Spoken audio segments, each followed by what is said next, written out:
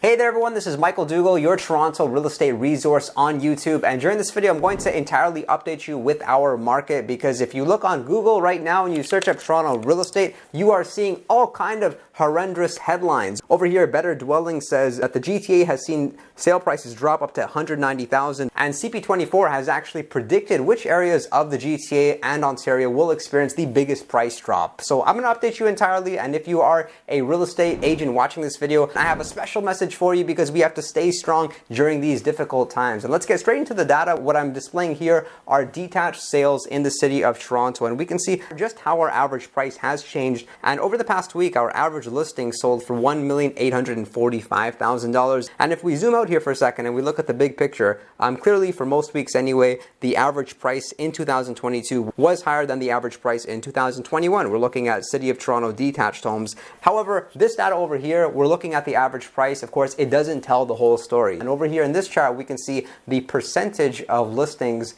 that are selling over asking price, and this is just clearly trending downwards. So we know that the negative articles that we're seeing out there with respect to the market, maybe there is a grain of truth to them for sellers anyway, because we can see that now only 51% of listings are selling over asking price, whereas if we go back a few weeks ago, we can see on the week of May 20th, 64% of listings were selling above asking price. Take a look at April 15th, 76% of listings were selling over asking price, and March 11th, 89% of listings were selling over asking price. So because of this, sellers really need to think about their pricing strategy, because now they can actually get away with listing their property the traditional way and leaving a little bit of room for negotiation. Whereas in the past, it was almost expected that sellers were underpricing their property, and buyers would often call me and say, Michael, I noticed you have a property for sale for 1.4, but how much do the sellers really want? See, the buyers were actually expecting homes to sell over asking price. That's not always the case right now, but you always want to just speak with the listing agent to get further information on the seller's expectations. We'll take a look at some different areas now. We're looking at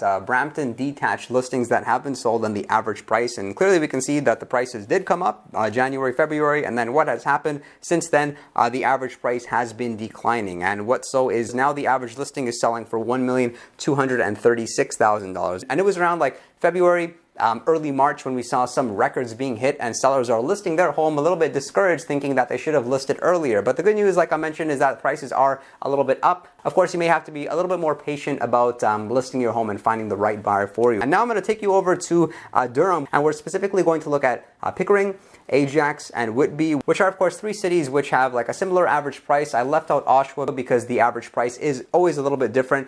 Pickering, Ajax, Whitby, similar homes, but you can make the argument like Whitby has some more newer construction, and with Pickering, a lot of older homes, also some unusual homes. Like in Pickering, the one thing when I tell buyers is like expect a lot of the homes to be a 1.5 car garage. Like they look like 2-car garage homes, but the reality is you can't actually fit 2 cars. So that's some insight about Pickering for those of you who may be looking for homes there. And our average price, it was really up there at the end of February, $1,628,000, and over the past week, $1,304,000. And if we go back about 12 months ago, the average price was $1,113,000. Plus, almost all properties were selling above the asking price, especially at the beginning of this year. But if we look at this data, like let's say from April 22nd up till now, it doesn't seem like too much of a change. But this is the thing when we're looking at average price for detached homes. Of course, we know that sometimes there's going to be more luxury homes that are up for sale, whereas sometimes it's going to be smaller homes, and that's going to affect the average price as a whole, versus like looking at the median and looking at things like price per square foot. And now we'll take a look at condo apartments, and I see condo apartments as still a very good investment because their average price hasn't decreased as significantly as a lot of the other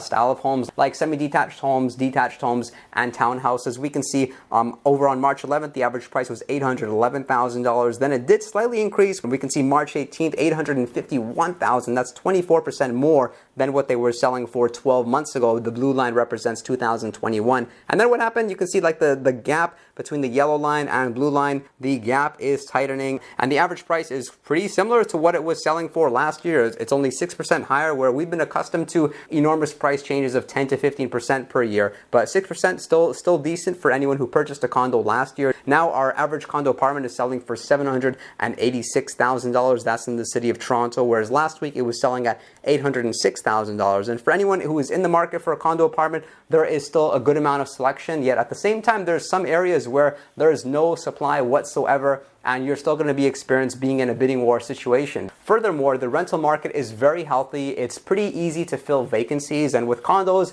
not only is it going to be purchasers that are moving in, but very often it's a purchaser that is an investor who is looking for a tenant that they can keep long term. And active realtors like myself can really tell you that the condo market hasn't changed anywhere as significantly as the freehold market. And if you did get value from this video, then consider subscribing. And if you are considering buying or selling, then of course call me because my customers get excellent service. And if you are a real estate agent that is watching this video anywhere in North America, know that this is our time to work together. I respect you. I know you're working hard. Stay consistent, be on schedule. Of course, provide great service to all your clients out there. Sellers, keep them updated. Buyers, tell them the truth about the market. Don't have commission breath. Look after your customer and then look at your commission check secondary. And if you want to role play, if you want to talk about business planning or strategize with prospecting, time management, systems, social media, of course, you know how to reach me. You can contact me on Instagram or call me, text me. I'd love to have a chat with you. And if you are perhaps open to looking at working in an environment with like-minded, ambitious real estate agents, then definitely do contact me to learn more about what eXp Realty can do for you. It's a very low monthly desk fee. It's a very low commission split as well. There's multiple streams of income. I think you would really find the eXp model quite fascinating. I was at RE/MAX for 7 years prior. And if you're happy with your brokerage, but you want some sort of step-by-step guide as far as what you can do